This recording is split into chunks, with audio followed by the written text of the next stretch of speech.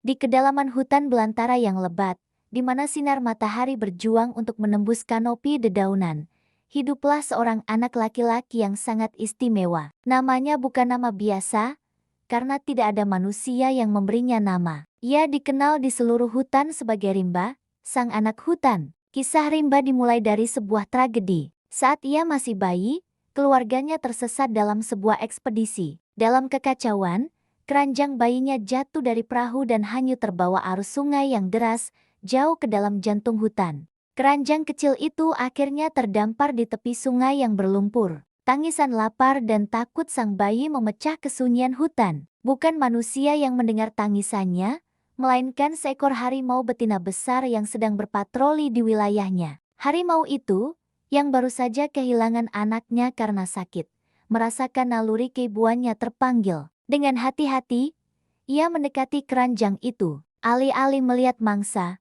ia melihat makhluk kecil yang tak berdaya. Dengan lembut, ia mengangkat bayi itu dengan mulutnya, membawanya ke sarangnya yang tersembunyi di balik air terjun. Di sanalah kehidupan baru Rimba dimulai. Ia dibesarkan sebagai salah satu dari kawanan harimau. Ibu angkatnya, yang ia panggil induk, merawatnya dengan penuh kasih sayang. Ia memberinya makan, menjilatinya hingga bersih, dan melindunginya dari segala bahaya. Rimba belajar berbicara, bukan dengan kata-kata manusia, tetapi dengan geraman, auman, dan bahasa tubuh para harimau. Ia belajar cara berburu dengan mengamati induk, cara memanjat pohon seperti kucing besar, dan cara mengendus jejak seperti pemburu ulung. Saudara-saudaranya adalah hewan-hewan hutan. Seekor orangutan tua yang bijaksana mengajarinya tentang buah-buahan mana yang aman untuk dimakan. Sekawanan monyet yang lincah menjadi teman bermainnya, berayun dari satu dahan ke dahan lain dalam tawa riang. Seekor ular sanca yang pendiam menunjukkan kepadanya jalan-jalan rahasia di bawah tanah. Hutan adalah rumahnya, sekolahnya, dan taman bermainnya. Ia tidak pernah merasa kesepian atau berbeda. Baginya, inilah satu-satunya dunia yang ia kenal. Rimba tumbuh menjadi pemuda yang kuat dan gesit. Kulitnya kecoklatan oleh matahari, rambutnya panjang dan kusut, dan matanya setajam mata elang. Ia bisa berlari tanpa suara di atas daun-daun kering dan merasakan perubahan cuaca hanya dari aroma udara. Ia adalah penjaga hutan, hidup dalam harmoni yang sempurna dengan alam. Ia menghormati semua makhluk, hanya mengambil apa yang ia butuhkan, dan memastikan keseimbangan ekosistem tetap terjaga. Namun, ketenangan hidupnya mulai terusik. Suatu hari, suara-suara aneh yang belum pernah ia dengar sebelumnya menggema di hutan. Suara gergaji mesin yang memekakan telinga dan deru mesin-mesin besar yang menakutkan. Manusia telah datang. Mereka datang dengan keserakahan, menebangi pohon-pohon yang telah berdiri selama berabad-abad, menghancurkan rumah bagi teman-teman hewannya. Asap dan debu mencemari udara bersih yang biasa ia hirup. Induk harimau menjadi gelisah. Wilayah perburuannya semakin menyempit.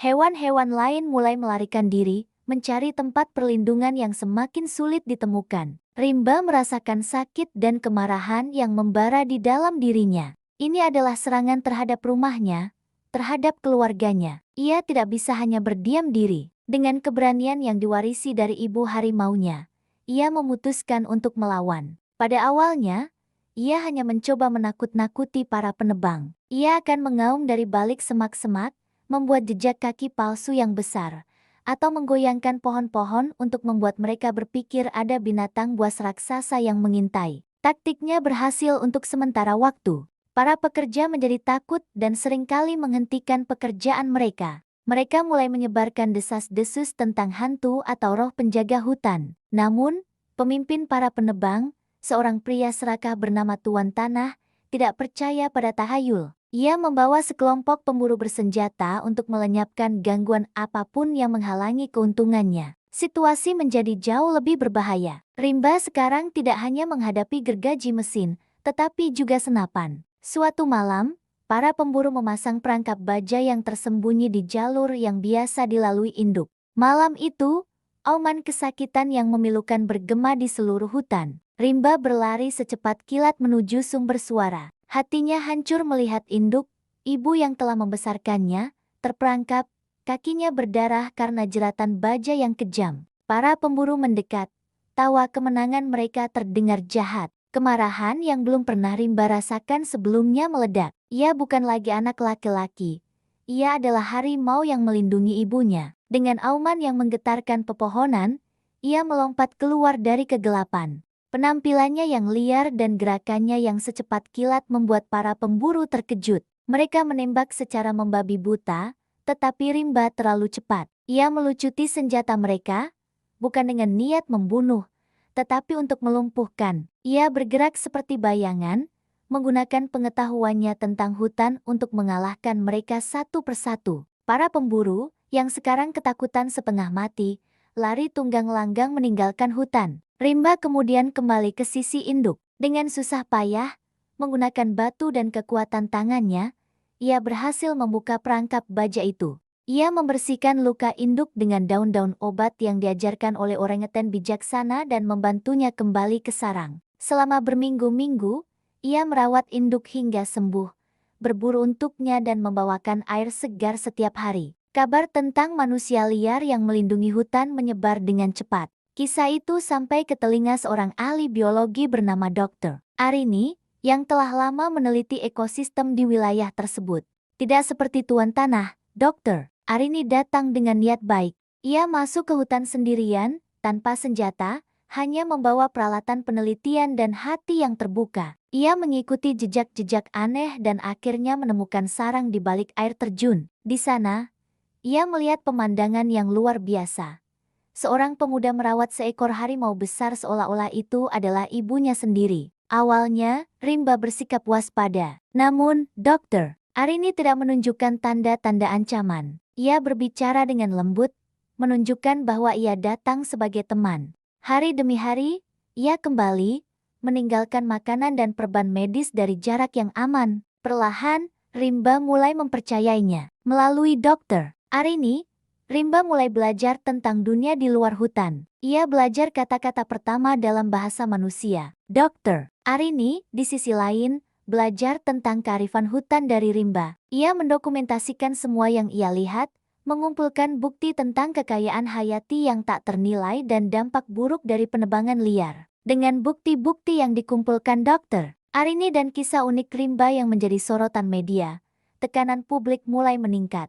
Pemerintah akhirnya turun tangan. Izin penebangan Tuan Tanah dicabut, dan ia ditangkap karena kegiatan ilegal dan kekejaman terhadap satwa liar. Kawasan hutan itu kemudian dinyatakan sebagai cagar alam yang dilindungi. Kemenangan itu membawa kedamaian kembali ke hutan. Pohon-pohon mulai tumbuh kembali, dan hewan-hewan yang melarikan diri perlahan kembali ke rumah mereka. Rimba telah berhasil melindungi dunianya. Dokter Arini menawarinya kesempatan untuk kembali ke peradaban manusia, untuk belajar dan menemukan keluarga aslinya. Rimba berpikir panjang. Ia berdiri di tepi hutan, memandang ke arah kota di kejauhan. Lalu kembali memandang ke dalam hutan lebat yang telah menjadi rumahnya. Ia menyentuh bekas luka di kaki induk, yang kini selalu berada di sisinya. Akhirnya, ia membuat keputusan. Ia menggelengkan kepala pada Dokter Arini sambil tersenyum. Ia menunjukkan dengan bahasa isyarat bahwa hatinya ada di sini. Di hutan ini, ia adalah Rimba, anak harimau, penjaga hutan. Inilah takdirnya, dan ia tidak akan menukarnya dengan apapun. Dokter Arini mengerti dan menghormati keputusannya. Ia berjanji akan terus mengunjungi dan membantu melindungi cagar alam tersebut. Rimba kembali ke kehidupannya, kini sebagai pahlawan dan legenda. Ia terus hidup dalam harmoni dengan alam, memastikan bahwa tidak ada lagi yang akan menyakiti rumah dan keluarganya. Kisahnya menjadi pengingat abadi tentang ikatan luar biasa antara manusia dan alam, dan bahwa terkadang, keluarga sejati adalah yang kita pilih dengan hati. Dan di suatu tempat di jantung hutan, jika kamu mendengarkan dengan saksama, kamu mungkin masih bisa mendengar auman bahagia dari sang anak harimau. Terima kasih sudah menonton kisah yang luar biasa ini. Jika kamu suka dengan cerita seperti ini, jangan lupa untuk like, comment, dan subscribe ya. Sampai jumpa di video selanjutnya.